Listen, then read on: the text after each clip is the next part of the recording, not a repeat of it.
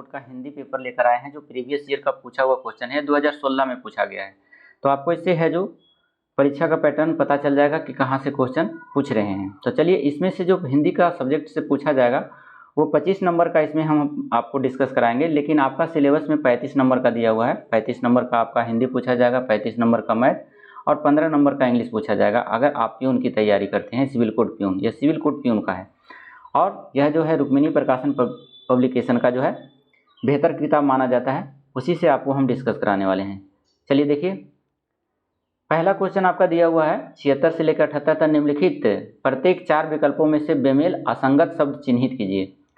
माने असंगत शब्द कौन है उसको चिन्हित करना है आपको। देख लीजिए, पहले दिया हुआ शारीरिक, अधि, दैहिक और मानसिक। दैहिक, शारीरिक और मानसिक ये सब शरीर से संबंधित है, जबकि अधि मतलब होता है अधिकार, यह अधिकार से संबंधित है। यह जो क्या है, अधि एक उपसर्ग है, तो ये आपका असंगत हो जाएगा, ऑप्शन नंबर बी। दूसरा क्वेश्चन चलते हैं, मस्तक, सिर, शीश और शीर्ष। तो इसमें से देखिए मस्तक, सिर, शीश ये सभी आपस में पर्यायवाची शब्द है, जबकि शीर्ष जो है अलग है, ऑप्शन नंबर डी हो जाएगा इसमें। अगला क्वेश्चन है कठिनाई, जटिलता, खेद, समस्या। समस्या, जटिलता और कठिनाई एक ही शब्द के जैसा है। 77 नंबर 78 नंबर में देख लीजिए, ये सब संगत शब्द है और यह नकारात्मक शब्द है, जबकि खेद जो है ये खेद अलग हो जाएगा, यह दुख को व्यक्त करता है, ऑप्शन नंबर सी हो जाएगा। चलिए 79 से लेके 81 तक के क्वेश्चन को देखते हैं। निम्नलिखित शब्दों में से उपयुक्त पर्यायवाची छाटिए। पर्यायवाची शब्द जिसका पूछ रहा है स्वर्ग का, तो स्वर्ग का पर्यायवाची शब्द धौ होता है। धौ माने आकाश भी कहते हैं इसको। अगर और बात करें हम इसको, स्वर्ग के और पर्यायवाची शब्द बहुत सारे होते हैं, जैसे सूर्यलोक होता है, धूलोक होता है, बैकुंठ भी होता है, परलोक भी होता है। इसके साथ आप स्वर्ग का उल्टा भी जान सकते हैं, नरक कहा जाता है। नरक का भी पर्यायवाची शब्द जान लीजिए, यमपुर कहा जाता है या यमलोक कहा जाता है। चलिए अगला क्वेश्चन है 80 नंबर में। 80 नंबर में कहा जा रहा है कि भागीरथी का जो है पर्यायवाची शब्द कौन सा है। तो गंगा को भागीरथी के नाम से जाना जाता है, भागीरथी के नाम से इसको, गंगा को। गंगा के और से भी बहुत सारा जो है पर्यायवाची शब्द है, जैसे देव सरिता भी है, देवनंदी भी है, सूरसरी भी है, मंदाकिनी भी है, विष्णुपदी है, जहानवी है। ये सभी जो है गंगा की पर्यायवाची शब्द होता है। उसी प्रकार नदी का पर्यायवाची शब्द जान लीजिए। नदी का पर्यायवाची शब्द जो होता है सरिता होता है, दरिया होता है, टटनी भी होता है। चलिए अगला क्वेश्चन है, इसमें इसी से संबंधित गंगा और एक जमुना। यमुना नदी के बारे में बहुत सारा पूछा जाता है, इंपॉर्टेंट क्वेश्चन है ये। जमुना का पर्यायवाची शब्द क्या होता है। तो कालिंदी कहा जाता है यमुना को, या काल गंगा भी कहा जाता है। चलिए अगला क्वेश्चन है 81 नंबर में, रात्रि का पूछ रहा है। रात्रि का पर्यायवाची शब्द क्या होता है। तो विभावरी होता है, ऑप्शन नंबर सी होता है, सी हो जाएगा। उसके बाद है, अगर हम रात्रि का और जाने पर्यायवाची शब्द, तो रजनी मने भी होता है इसका, निशा मतलब भी रात्रि होता है, निशीथ मने भी होता है, यामिनी मने भी होता है रात्रि। ये सभी जो है इसका पर्यायवाची शब्द होता है। 82 नंबर में चलते हैं, निम्नलिखित में से कौन सी भाषा संस्कृत भाषा का अपभ्रंश है। तो संस्कृत भाषा का अपभ्रंश की बात कहा तो वह है पाली भाषा, जो है संस्कृत भाषा का ही अपभ्रंश माना जाता है, क्योंकि जब हिंदी भाषा का विकास हुआ था तो वो संस्कृत से हुआ था, है ना। संस्कृत से फिर पाली भाषा हुआ, पाली से फिर प्राकृत हुआ, प्राकृत से जो हुआ अपभ्रंश हुआ, और उसके बाद फिर बहुत सारे भाषाओं का निर्माण हुआ। 83 नंबर में चलते हैं। 83 नंबर में देख लीजिए क्या कह रहा है। 83 नंबर में कह रहा है रामचरितमानस किस भाषा में लिखा गया है। तो ये अवधी भाषा में लिखा गया था। और किसके माध्यम से लिखा गया था। तो ये तुलसीदास के माध्यम से लिखा। तुलसीदास की और बहुत सारे रचनाएं हैं, जैसे दोहावली, कवितावली, ये सभी जो है तुलसीदास की रचना है। चलिए अगला क्वेश्चन है 84 नंबर में, नीलगाय में कौन सा समास है। तो नीलगाय में जो है समास की बात करें तो वह कर्मधारय समास है। कर्मधारय समास के बारे में जान लीजिए, जिस समास में पूर्व पद विशेषण और उत्तर पद विशेष हो उसी को है जो कर्मधारय समास कहा जाता है। जैसे नीलगाय, नीलगाय के बारे में हम अभी जाने, अगर हम इसको विग्रह करते हैं तो नीला है जो गाय हो जाएगा। उसी प्रकार से काली मिर्च की बात करें तो काली मिर्च, काली है जो मिर्च हो जाएगा। नील कमल, नील है जो कमल, इस तरह से आपका विग्रह होता है।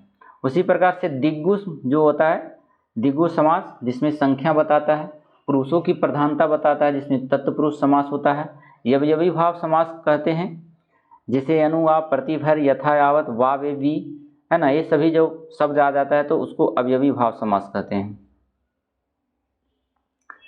तो चलिए इसके बाद हम 85 नंबर में चलते हैं, चारपाई। ये सभी का समास का जो है पूरा वीडियो आपको अपलोड किया गया है, आप चाहें तो हमारे प्लेलिस्ट में जाकर के देख सकते हैं। एक साथ वीडियो मिल जाएगा पूरा हिंदी का 1 घंटा का, उसमें से आपका है जो समास संधि सभी इंक्लूड है। चलिए अगला क्वेश्चन हम चलते हैं 85 नंबर में। 85 नंबर में कहा जा रहा है आपसे कि चरपाई पर चादर बिछा दीजिए। वाक्य में पर कौन सा कारक है? तो कारक विभक्ति आपको अगर याद है तो आप आसानी से इसको पकड़ सकते हैं। कारक विभक्ति कौन कौन से है और कितने हैं? तो कारक विभक्ति जो होते हैं 8 होते हैं।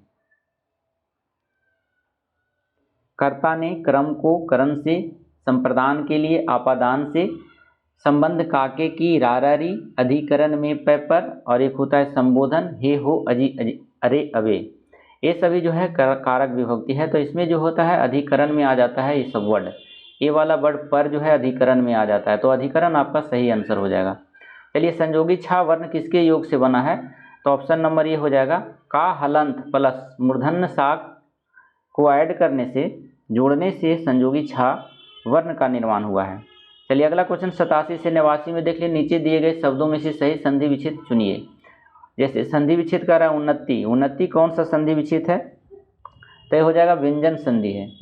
इसके बारे में ही वीडियो है जो अपलोड किया गया है, आपको अभी बताए थे, आप जाकर देख सकते हैं। रेखांकित में देख लीजिए, रेखांकित में संधि विच्छेद पूछ रहा है तो यह है दीर्घ संधि।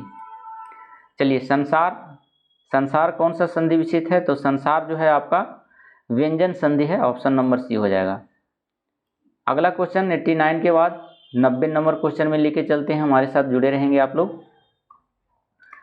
देख लीजिए 90 नंबर में आपसे पूछा जा रहा है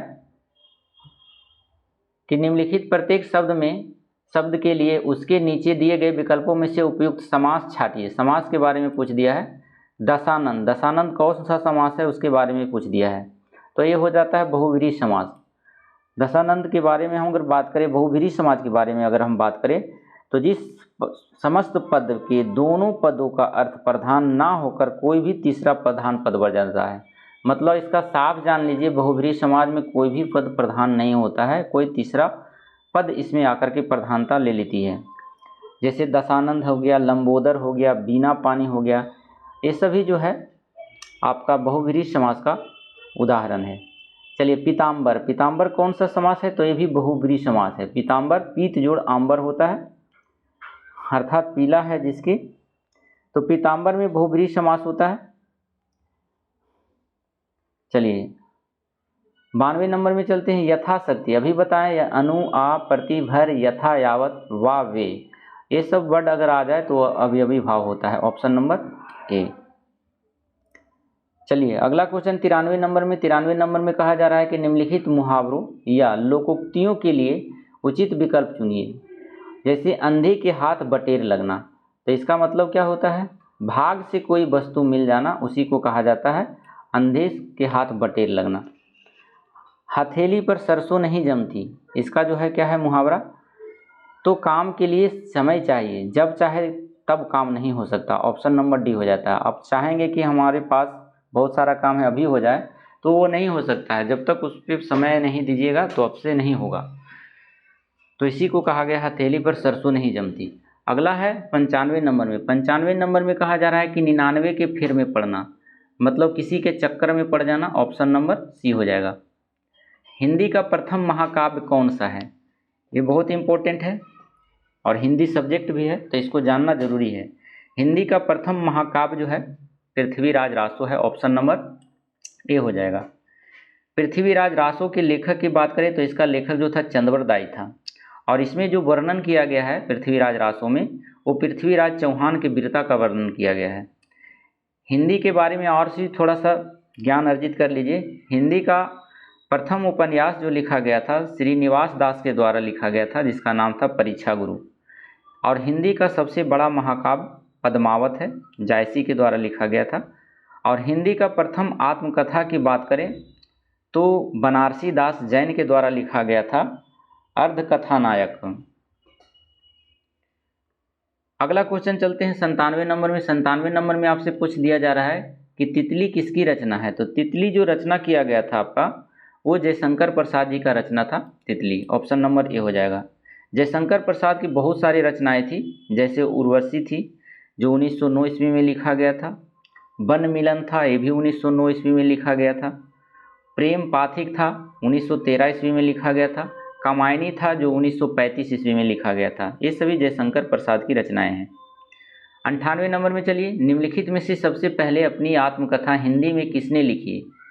तो हिंदी में लिखने का कार्य जो किया था, option number A Rajendra Prasad के द्वारा लिखा गया था आत्मकथा पहली बार हिंदी में। इनकी जो है बहुत सारी रचनाएं हैं राजेंद्र प्रसाद की, जैसे भारतीय शिक्षा, गांधी जी की देन, मेरी आत्मकथा, मेरी यूरोप की यात्रा, चंपारण में महात्मा गांधी और खादी। ये सभी जो है बुक राजेंद्र प्रसाद के द्वारा रचित किया गया है। चलिए 99 नंबर क्वेश्चन में चलते हैं। बहुत ही प्यारा सा काव्य का से लिया गया है। ये आपको बताना है, आपको हमेशा यह जुबान पर आता होगा यह काव्य। चलिए देखिए, आंवला जीवन हाय तुम्हारी यही कहानी, आंचल में है दूध और आँखों में है पानी।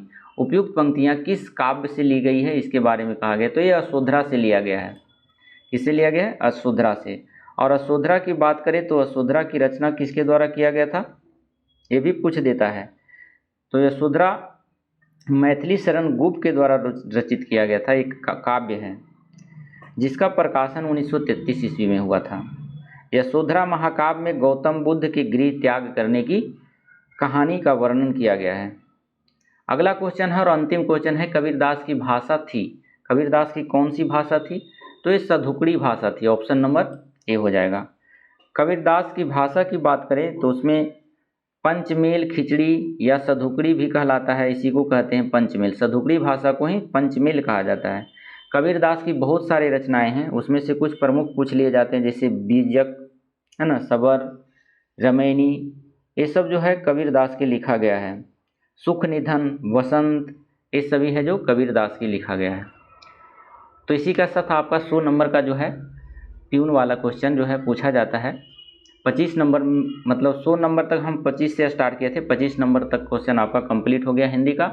उसके बाद हम आज फिर मैथ का आपको डिस्कस कराएंगे जो 35 नंबर का होगा। हमारे साथ जुड़े रहेंगे। आप नए हैं तो चैनल को सब्सक्राइब कर लीजिएगा, क्योंकि यहाँ से आपको बहुत बेनिफिट होने वाला है, आपके एग्जाम में बहुत सहायता मिलेगी यहाँ से। तो चलिए फिर मिलते हैं अगले वीडियो में ऐसी वीडियो के साथ।